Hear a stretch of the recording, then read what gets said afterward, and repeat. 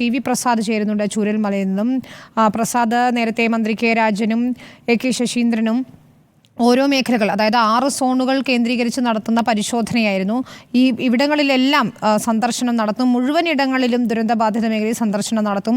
എവിടെയെങ്കിലും ഇനി തെരച്ചിൽ വേണ്ടതുണ്ടോ എന്നത് പരിശോധിക്കും. അവിടുത്തെ പ്രദേശവാസികളുണ്ടെങ്കിൽ അവർക്ക് പറയാനുള്ളത് കേൾക്കുമെന്നൊക്കെ പറഞ്ഞിരുന്നതാണ്. മന്ത്രിമാരുടെ ഇത്തരത്തിൽ ഉപസമിതി തന്നെ അവിടെ നിന്നുകൊണ്ട് ഇത് ഏകോപിപ്പിക്കുകയാണ്. ഏത് രീതിയിലായിരിക്കണം തെരച്ചിൽ എന്നത് സംബന്ധിച്ച് കൃത്യമായി ഒരു പ്ലാനിംഗ് ഉണ്ടോ? അടുത്ത ഘട്ടം എങ്ങനെയായിരിക്കും?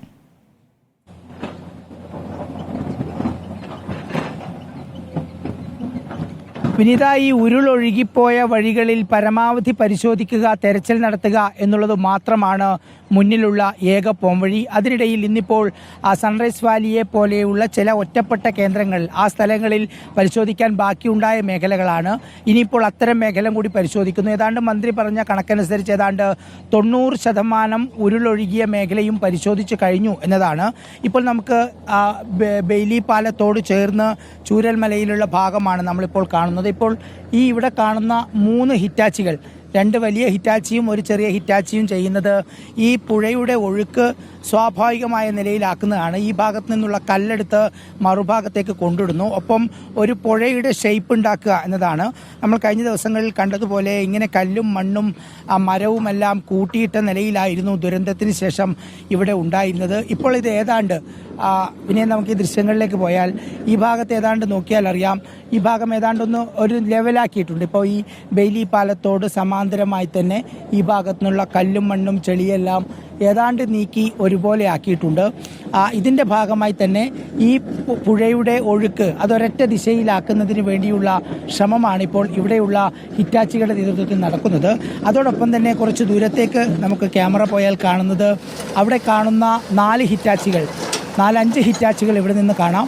അതിലിപ്പോഴും അവിടെ തെരച്ചിൽ തുടരുന്നുണ്ട്. അതായത് വലിയ കല്ലുകൾ ഇളക്കിക്കൊണ്ടുള്ള തെരച്ചിലാണ് ഇപ്പോഴും തുടരുന്നത്. നമുക്ക് ഈ ഭാഗത്തേക്കൊക്കെ നോക്കിയാൽ കാണാം, അതായത് ഉരുളൊഴുകിയ വഴികളിലെല്ലാം 2-3 തവണ പരിശോധന തെരച്ചിൽ നടത്തി മണ്ണിങ്ങനെ ഇളക്കിയിട്ടതായി നമുക്ക് കാണാം. ഇനി ഈ മേഖലകളിലൊന്നും മറ്റൊരു തെരച്ചിലിനുള്ള സ്കോപ്പ് ഇല്ല എന്നുള്ളതാണ്. ഇപ്പോൾ സമയം 3 മണി കഴിയുമ്പോൾ തന്നെ പുഞ്ചിരിമട്ടത്തു നിന്നും മുണ്ടക്കയിൽ നിന്നൊക്കെ ആളുകൾ താഴേക്ക് മടങ്ങി തുടങ്ങിയിട്ടുണ്ട്, സന്നദ്ധ പ്രവർത്തകരെല്ലാം. എന്നാൽ കാലാവസ്ഥ അനുകൂലമായതുകൊണ്ട് തന്നെ പൂർണ്ണമായി നിർത്തിയില്ല. വൈകിട്ട് 5 മണിയോടുകൂടിയാണ് അവസാനിപ്പിക്കുക. പക്ഷേ എവിടെയൊക്കെ ചെയ്യാനുണ്ടോ, എവിടെയൊക്കെ പരിശോധന തെരച്ചിൽ നടത്താനുണ്ടോ അതൊക്കെ നടത്തുന്നു എന്നതാണ്. നേരത്തെ ദീപക് മലയമ്മ നിൽക്കുന്ന സ്ഥലത്ത് ഇന്ദ്രപാലിൻ്റെ നേതൃത്വത്തിൽ സാങ്കേതിക സംവിധാനങ്ങളെല്ലാം ഉപയോഗിച്ചുള്ള പരിശോധനയ്ക്കൊപ്പം തന്നെ ഇതുപോലെ ഹിറ്റാച്ചികളും JCBകളും ഉപയോഗിച്ച് നേരിട്ട് പരിശോധന നടത്തുക, തെരച്ചിൽ നടത്തുക എന്ന 2ാം ദിവസം മുതൽ തുടങ്ങിയ ദൗത്യം ഇപ്പോഴും അതേ രീതിയിൽ തന്നെ തുടരുന്നുണ്ട്. പക്ഷേ ഇതിലൊന്നും വലിയ പുരോഗതി ഉണ്ടാകുന്നില്ല എന്നുള്ളതാണ് പ്രശ്നം. ഈ പ്രദേശത്താണെങ്കിൽ ഏറ്റവും കൂടുതൽ മൃതദേഹങ്ങൾ കിട്ടിയത് താഴെ വില്ലേജ് ഓഫീസിൻ്റെ പരിസരത്ത് നിന്നാണ്. അതായത് ഉരുളൊഴുകി വന്ന് ആദ്യഘട്ടത്തിൽ തടഞ്ഞു നിൽക്കാൻ സാധ്യതയുള്ള മേഖലയാണ് ഈ ചൂരൽമലയ്ക്ക് താഴെയുള്ള വില്ലേജ് ഓഫീസ് പരിസരം. അവിടെയാണ് ഏറ്റവും കൂടുതൽ ശരീരം കുടുങ്ങിപ്പോയത്. അതോടൊപ്പം ഏറ്റവും കൂടുതൽ കിട്ടിയത് ചാലിയാറിലെ പോത്തുകൽ ഭാഗത്തു നിന്നാണ്. അതിനർത്ഥം ഇതിൽ ഭൂരിപക്ഷം ആളുകളും ഈ വലിയ കുത്തൊഴുക്കിൽപ്പെട്ട് ഒഴുകിപ്പോയി എന്ന് തന്നെയാണ്. അതുകൊണ്ട് തന്നെയാകണം തൊട്ടടുത്ത ദിവസം മുതൽ ആ വീടിൻ്റെ മേൽക്കൂര ഉൾപ്പെടെ തകർത്തുകൊണ്ട് ഉള്ളിലേക്ക് JCBയുടെ യന്ത്രക്കൈകൾ പോയിട്ടും ഒരാളെപ്പോലും കണ്ടെത്താൻ പറ്റാത്ത വിധം പല വീടുകളുടെയും അവസ്ഥ നമ്മൾ കണ്ടത്. അങ്ങനെയാണെങ്കിൽ ഒരുപക്ഷെ നമ്മൾ നേരത്തെയൊക്കെ റിപ്പോർട്ട് ചെയ്ത പോലെ ഉരുൾപൊട്ടൽ ഉണ്ടായ സമയത്ത് രക്ഷപ്പെടാൻ എന്നോണം വാതിൽ തുറന്ന് ഇറങ്ങി ഓടാനുള്ള ശ്രമത്തിനിടെ ഈ മലവെള്ളപ്പാച്ചിൽപ്പെട്ട് അങ്ങ് പോത്തുകൽ ഭാഗത്തേക്കും ഇങ്ങ് വില്ലേജ് ഓഫീസിൻ്റെ ഭാഗത്തേക്കുമൊക്കെ ഇവർ ഒഴുകിപ്പോയിരിക്കണം. അതുകൊണ്ടാണ് യഥാർത്ഥത്തിൽ രക്ഷാപ്രവർത്തനത്തിന് അല്ലെങ്കിൽ തെരച്ചിലിന് ഏറ്റവും വലിയ വെല്ലുവിളിയാകുന്നതും. ഇപ്പോൾ നിലവിൽ ചെളിയുള്ള ഭാഗങ്ങളെല്ലാം പുഴയിൽ ഏകദേശം എല്ലാം പരിശോധിച്ചു കഴിഞ്ഞു. ഇനിയിപ്പോൾ ഈ കണ്ടെത്താനുള്ള ജില്ലാ ഭരണകൂടം പറയുന്ന, സർക്കാർ പറയുന്ന 154 എന്നാണ് റവന്യൂ മന്ത്രി നേരത്തെ പറഞ്ഞത്. അങ്ങനെയെങ്കിൽ ഈ 154 പേരെവിടെ? ഇനിയുള്ള തെരച്ചിലിൽ ഇതിൽ എത്ര പേരെ കിട്ടും എന്നുള്ളതാണ് ഏറ്റവും പ്രധാനപ്പെട്ട ചോദ്യം. നമുക്കറിയാവുന്നതുപോലെ മുമ്പുണ്ടായ ഏറ്റവും വലിയ ഉരുൾപൊട്ടലിൽ അത് പെട്ടിമുടിയിലായാലും പുത്തുമലയിലായാലും നിരവധി പേരെ അവിടെ പോലും കണ്ടെത്താനുണ്ട്. അപ്പോഴാണ് ഇത്രയേറെ ആളുകൾ മരിച്ച സ്ഥലത്തും ഇത്രയും ആളുകളെ ഇനിയും കണ്ടുകിട്ടാനുള്ളത്. ഉറപ്പാണ് ഇവരെ മുഴുവൻ ആളുകളെയും ഒരു കാരണവശാലും കിട്ടാൻ പോകുന്നില്ല. ഇതിലിനി എത്രത്തോളം ആളുകളെ കിട്ടും എന്നുള്ളതാണ് ഏറ്റവും പ്രധാനപ്പെട്ട ചോദ്യം. പക്ഷേ ഒരു കാര്യം നമ്മൾ അഭിനന്ദിക്കേണ്ടതുണ്ട് വിനീത, അതായത് പരമാവധി ശ്രമിക്കുന്നു എന്നതാണ്. രക്ഷാപ്രവർത്തകരായാലും ആർമി ആയാലും NDRF ആയാലും ഫയർഫോഴ്സ് ആയാലും എല്ലാ സംവിധാനങ്ങളും രാവിലെ 7 മണി മുതൽ ഈ രക്ഷാപ്രവർത്തനം നടത്തുകയാണ്. മാത്രമല്ല ഇപ്പോഴുള്ള ഒരു പ്രത്യേകത, ഇന്നലെയും ഇന്നും മിനിഞ്ഞാന്നുമൊക്കെയായി നടക്കുന്നത് ദുർഗന്ധങ്ങൾ കേന്ദ്രീകരിച്ചുള്ള പരിശോധനയാണ്. എവിടെയെങ്കിലും ഒരു സ്ഥലത്ത് ദുർഗന്ധം അനുഭവപ്പെട്ടിട്ടുണ്ടെങ്കിൽ അവിടെയാണ് കേന്ദ്രീകരിച്ച പരിശോധന നടത്തുന്നത്.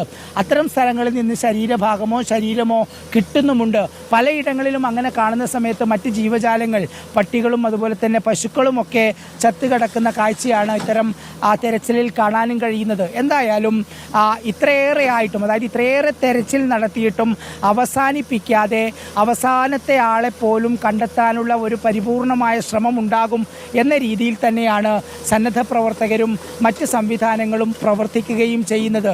ഇപ്പോൾ നമുക്ക് ദൃശ്യങ്ങളിൽ വ്യക്തമാണ്. ഇതിൻ്റെ പുഴയുടെ ആഴം കൂട്ടിക്കൊണ്ട് അതിൻ്റെ ഒഴുക്ക് സുഗമമാക്കി അതിലുള്ള കല്ലും മണ്ണും അരികിലേക്ക് വലിച്ചിടുകയാണ് ഇവിടെ ചെയ്യുന്നത്. ഒപ്പം അതിലെന്തെങ്കിലും ശരീരഭാഗങ്ങളോ ശരീരമോ ഉണ്ടെങ്കിൽ കിട്ടുമെന്നൊരു പ്രതീക്ഷ കൂടിയുണ്ട്. പക്ഷേ ആത്യന്തികമായി ഇതിൻ്റെ ഒഴുക്ക് സുഗമമാക്കുക എന്നത് തന്നെയാണ് വിനീത. ഇതുപോലെ ഞാൻ നേരത്തെ പറഞ്ഞതുപോലെ ഇതിൻ്റെ മുകൾ ഭാഗം ഈ കാണുന്നതാണ് വെള്ളാർമല സ്കൂള്. വെള്ളാർമല സ്കൂളിൻ്റെ മുകൾ ഭാഗത്തും ഇപ്പോൾ ഞാൻ നേരത്തെ പറഞ്ഞതുപോലെ 5-6 ഹിറ്റാച്ചികൾ ഇവിടുന്ന് കാണാം. ആ ഹിറ്റാച്ചികളെല്ലാം മണ്ണിനിടയിലുള്ള ഈ വലിയ കല്ല് നീക്കിയിട്ടുള്ള തെരച്ചിലാണ് ഇപ്പോൾ നടത്തുന്നത്. നമുക്ക് തൊട്ട് മുകളിലേക്ക് പോയാൽ മനോഹരമായ ദൃശ്യം കാണാം. നല്ല കോടമഞ്ഞ് ഇറങ്ങി തുടങ്ങിയിട്ടുണ്ട്. അതിൻ്റെ തൊട്ട് താഴെയാണ് ഈ പുഞ്ചിരിമട്ടത്തിൻ്റെ മുകളിലാണ് ഇതിൻ്റെ ഉത്ഭവസ്ഥാനം. ചൂരൽമലയിൽ നിന്ന് വ്യക്തമായി ഇത് കാണാനും കഴിയും. ഇവിടെയാണ് ഉരുൾപൊട്ടൽ തുടങ്ങിയത്. ഈ ഉരുൾപൊട്ടൽ തുടങ്ങിയതിൻ്റെ സ്ഥലത്ത് നിന്ന് മുകളിലേക്കും ഒരുപാട് ദൂരമുണ്ട് എന്നതാണ്. നമ്മളിപ്പോൾ ഇവിടെ നിന്ന് നോക്കുന്ന സമയത്ത് വളരെ ചെറിയൊരു ഭാഗം മാത്രമാണ് താഴേക്ക് ഇറങ്ങി വന്നത്. ആ ഭാഗമാണ് ഇത്രയേറെ മനുഷ്യരുടെ ജീവനും വീടും എല്ലാം തകർത്തുകൊണ്ട് ഇപ്പോൾ ഒന്നും അറിയാത്തതുപോലെ ശാന്തമായി ആ മല ഇങ്ങനെ നിൽക്കുകയാണ്. വീണ്ടും മനോഹരിയാവാൻ ശ്രമിക്കുകയാണ്. അതിൻ്റെ മുകളിൽ കോടമഞ്ഞും എല്ലാം പൊതിഞ്ഞുകൊണ്ട്. നേരത്തെ ഈ വയനാട്ടിലെ ഈ പ്രദേശം അറിയുന്നവർ പറയുമായിരുന്നു ഏറ്റവും മനോഹരമായ പ്രദേശമാണ് മുണ്ടക്കൈ എന്ന്. നമ്മളെല്ലാവരും സാമൂഹ്യ മാധ്യമങ്ങളിലും ഉൾപ്പെടെ ഈ പ്രദേശത്തെ കണ്ടിട്ടുമുണ്ട്. എന്തായാലും ഉഗ്രരൂപിയായി ഒഴുകി വന്നത് എത്രയേറെ ജീവനുകളും വീടുകളുമാണ് തകർത്തിരിക്കുന്നത്. എന്തായാലും അവസാനത്തെ ആളെ പോലും കണ്ടെത്താനുള്ള ഊർജിതമായ ശ്രമമാണ് രക്ഷാപ്രവർത്തകരുടെ നേതൃത്വത്തിലും സൈന്യത്തിൻ്റെ നേതൃത്വത്തിലും പോലീസിൻ്റെയും ഫയർഫോഴ്സിൻ്റെയും എല്ലാം നേതൃത്വത്തിൽ ഇവിടെ തുടരുന്നത്. വിനീത.